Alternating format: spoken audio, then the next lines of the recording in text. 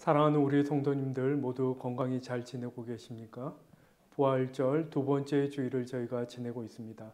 안팎으로 여의치 않은 상황이 여전하지만 말씀을 통해 우리의 영혼을 새롭게 하시는 주님의 은혜가 이 시간 가득하시기를 간절히 기원합니다. 오늘 저희가 함께 받는 하나님의 말씀은 나훔 1장 1절에서 15절의 말씀입니다. 제가 하나님의 말씀을 받들어 읽겠습니다. 니느웨에 대한 경고 곧 엘고스 사람 나홈의 묵시의 글이라. 여호와는 질투하시며 보복하시는 하나님이시니라. 여호와는 보복하시며 진노하시되 자기를 거스르는 자에게 여호와는 보복하시며 자기를 대적하는 자에게 진노를 품으시며 여호와는 노하기를 더디하시며 권능이 크시며 벌받을 자를 결코 내버려 두지 아니하시느니라. 여호와의 길은 회오리 바람과 광풍이 있고 구름은 그의 발에 티끌이로다. 그는 바다를 꾸짖어 그것을 말리시며 모든 강을 말리시나니 바산과 갈멜이 쇠하며 레바논의 꽃이 시드는도다. 그로 말미암아 산들이 진동하며 작은 산들이 높고 그 앞에서는 땅 곧 세계와 그 가운데 있는 모든 것들이 솟아오르는도다. 누가 능히 그의 분노 앞에 서며 누가 능히 그의 진노를 감당하랴. 그의 진노가 불처럼 쏟아지니 그로 말미암아 바위들이 깨지는도다. 여호와는 선하시며 환난 날의 산성이시라. 그는 자기에게 피하는 자들을 아시느니라. 그가 범람하는 물로 그곳을 진멸하시고 자기 대적들을 흑암으로 쫓아내시리라. 너희는 여호와께 대하여 무엇을 꾀하느냐? 그가 온전히 멸하시리니 재난이 다시 일어나지 아니하리라.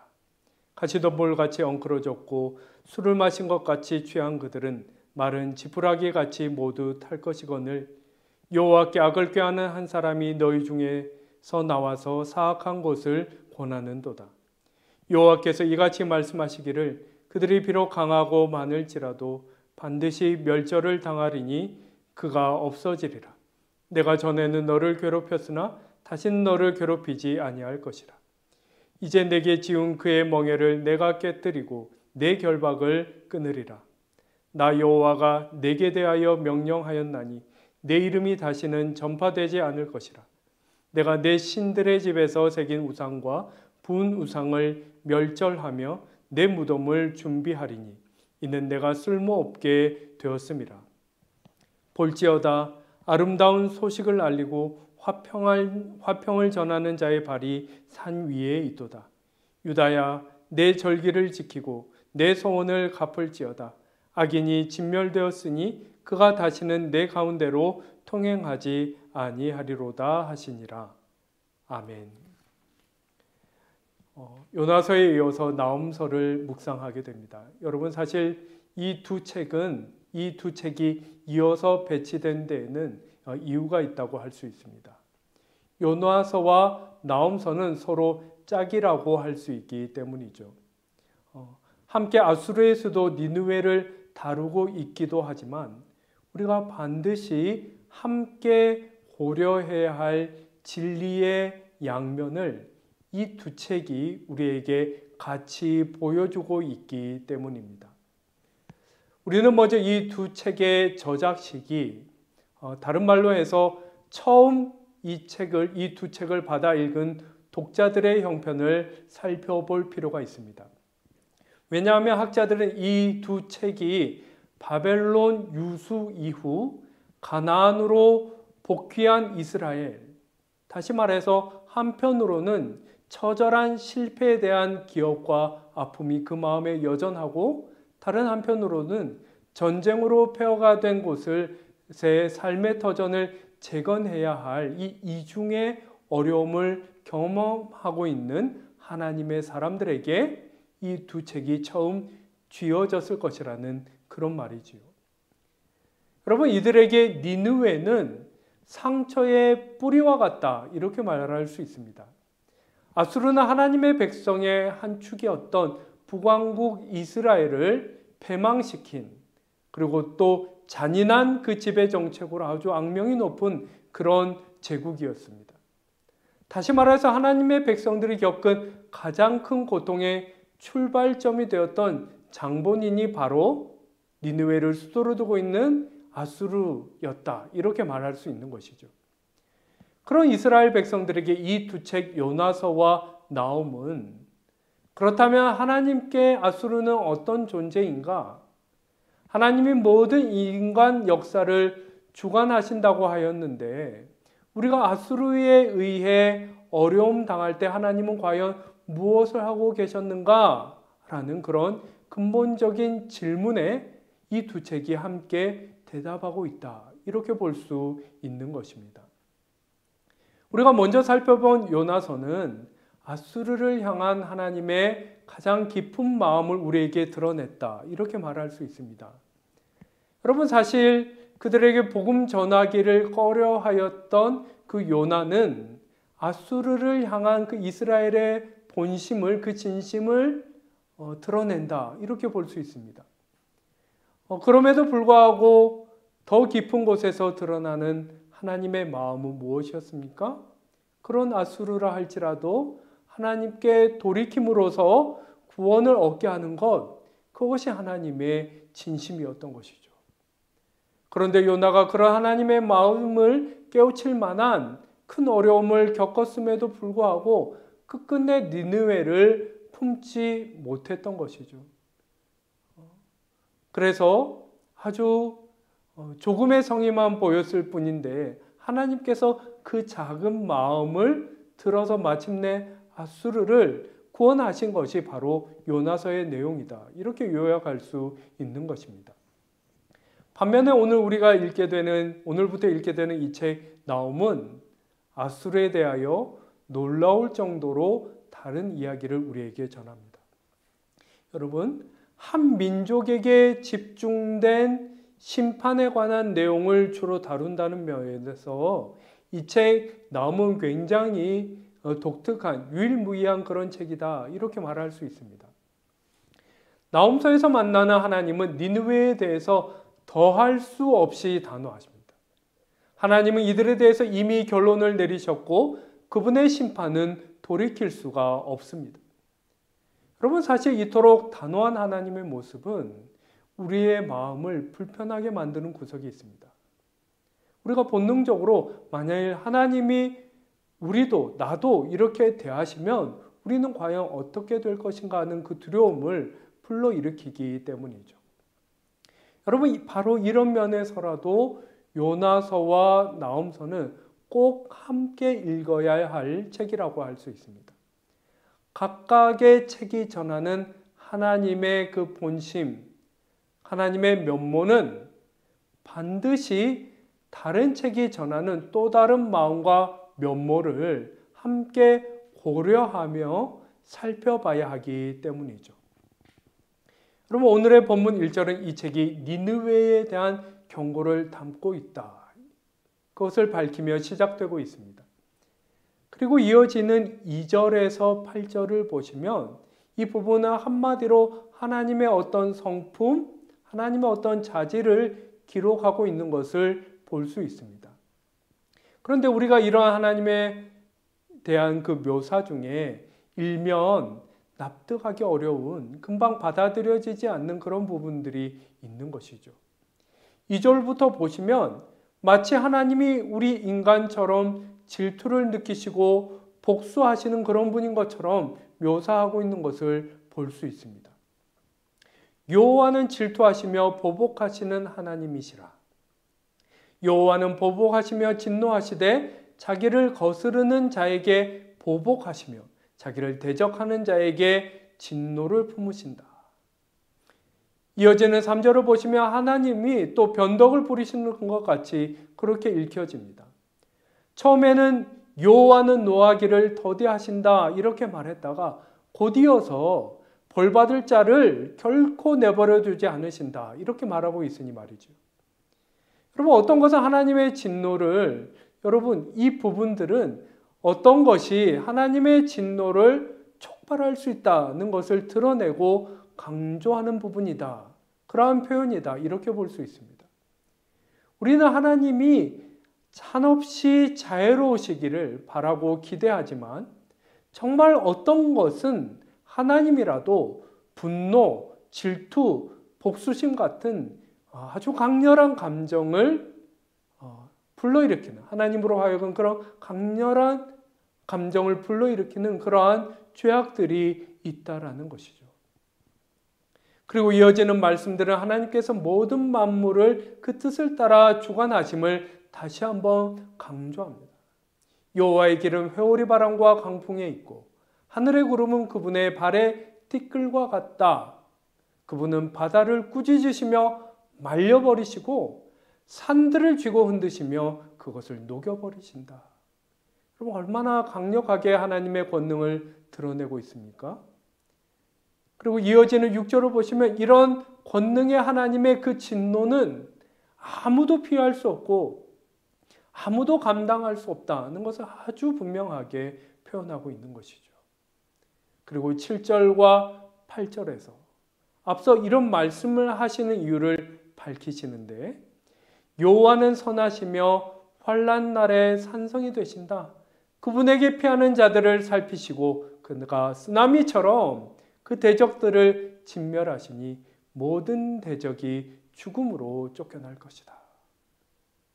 이렇게 말씀하고 있는 것이죠. 여러분, 여기까지 보시면 이 말씀이 정말 누구에게 하시는 말씀인가 하는 생각을 하게 됩니다. 이 말씀이 심판의 대상인 니느웨를 향하여 말씀하시는 것 같기도 하고 그들에게 고통받는 이스라엘에게 말씀하시는 것 같기도 하기 때문이죠. 차라리 둘 모두에게 말씀하고 계신다고 봐야 할 것만 같습니다. 여러분, 이것이 무슨 이야기입니까? 지금 하나님이 혹은 그분의 말씀을 전하는 이 예언자가 무척 그 마음이 그 감정적으로 격양되어 있는 것이죠. 이를테면 불같은 말씀을 지금 불을 뿜듯 선포하고 계신 것입니다. 이에 다시 9절부터는 분명하게 대적 아수르를 불러 세우시며 아주 엄하게 경고하시는 것을 우리가 볼 수 있습니다. 너희는 여호와께 대하여 무엇을 꾀하느냐? 하나님이 온전히 너희를 멸망시키시리라.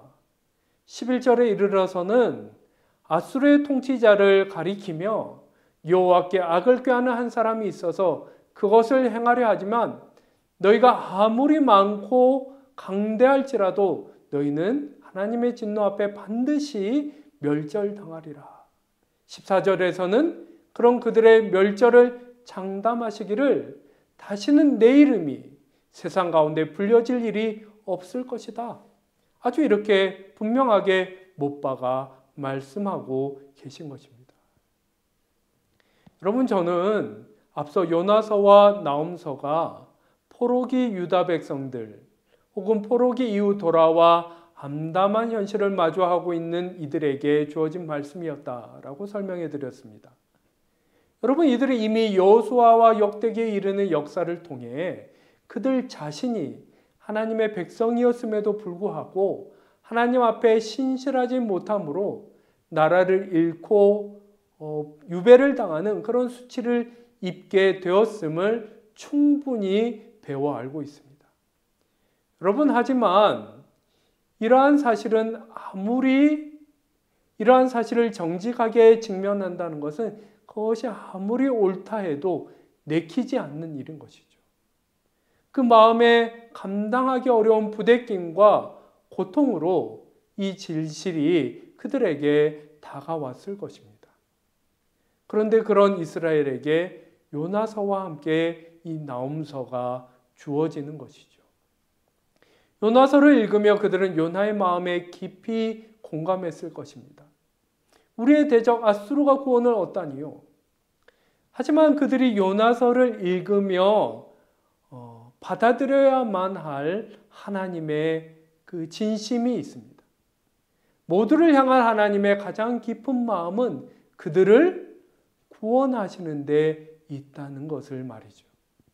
그리고 그것이 이 모든 어려움을 겪기 전 그리고 선지자들을 통하여 줄기차게 드러내신 이스라엘 자신을 향한 하나님의 진심이었음을 인정하고 고백할 수 있어야 하는 것입니다. 특별히 이러한 하나님의 진심은 포로 생활에서 돌아온 이스라엘 백성들에게, 유다 백성들에게 더욱더 중요했을 것입니다. 왜냐하면 그들은 그들 자신의 모습이 사실상 앗수르와 크게 다를 바가 없음을, 하나님 앞에 신실하지 못했다는 면에서 앗수르나 그들 자신이나 크게 다를 바가 없음을 인정해야만 하기 때문이죠.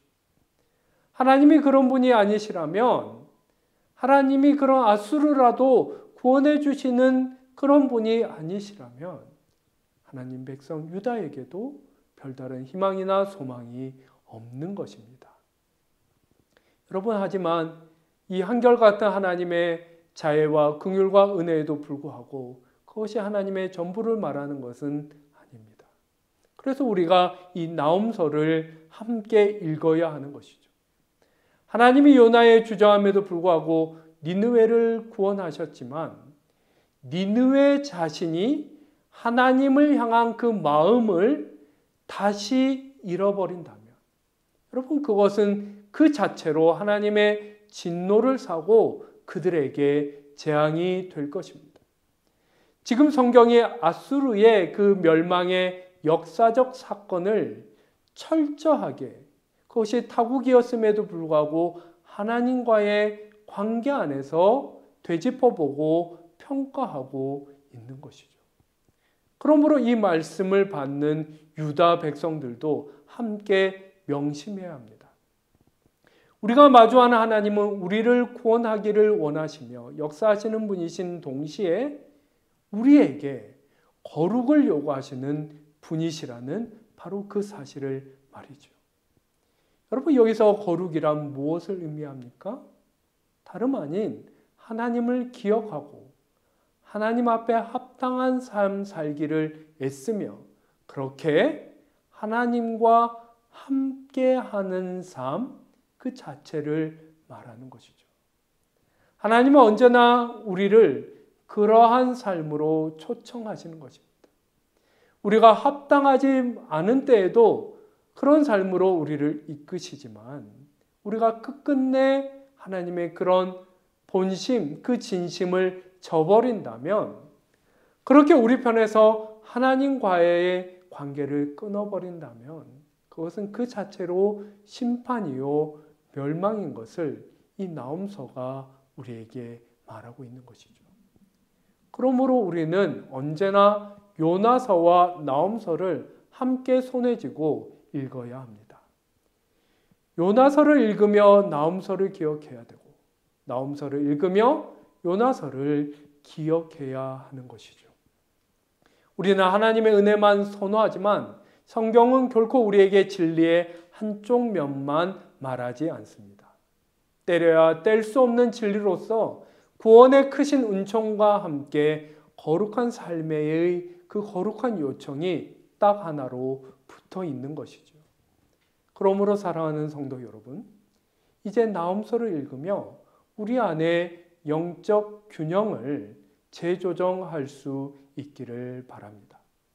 하나님의 긍휼과 은혜를 찬양하며 그것을 누리되 거룩한 삶을 향한 하나님의 부르심을 잊지 않고 순종하는 저와 여러분 될 수 있기를 간절히 소망합니다. 기도드리겠습니다. 하나님 아버지, 하나님의 은혜가 우리에게 있기에 우리의 생명이 보존되며 참으로 우리가 하나님 안에 행하는 삶을 살 수 있음을 고백하고 다시금 고백합니다.